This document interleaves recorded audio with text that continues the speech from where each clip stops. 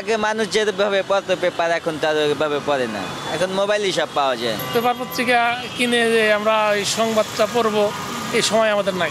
বর্তমানে মোবাইল থাকতে খবর পড়তে আমরা পড়া আগে পড়তাম, পেপার পড়ার মতো সময় আসলে নাই।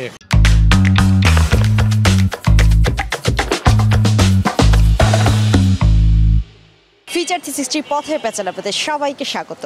আজকের বিষয় হচ্ছে মানুষ কি সংবাদপত্র পড়ে? চলুন জেনে আসি কে কি বলে। এখন আমাদের এই পেপার পত্রিকা পড়ে সময় আমাদের নাই, তো যখন বাসায় যাই তখন হয়তো টিভিটা খুলে ওই নিউজগুলো দেখা হয় টিভি থেকে।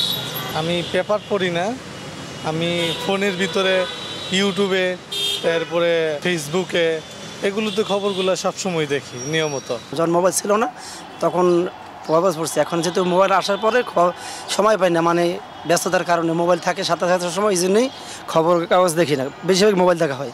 আগে প্রচুর পরিমাণ চলতো, এখন পেপার তেমন চলে না, এখন তো মোবাইলেই সব পাওয়া যায়।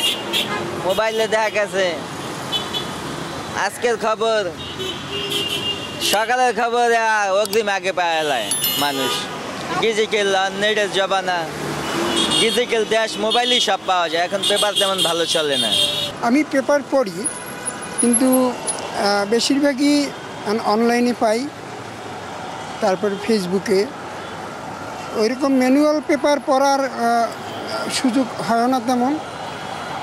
সাধারণত আমার পড়ার খুব ইন্টারেস্ট থাকে, সময়ও কম থাকে, যেটা ব্রেকিং নিউজটাই আমরা বেশি দেখি।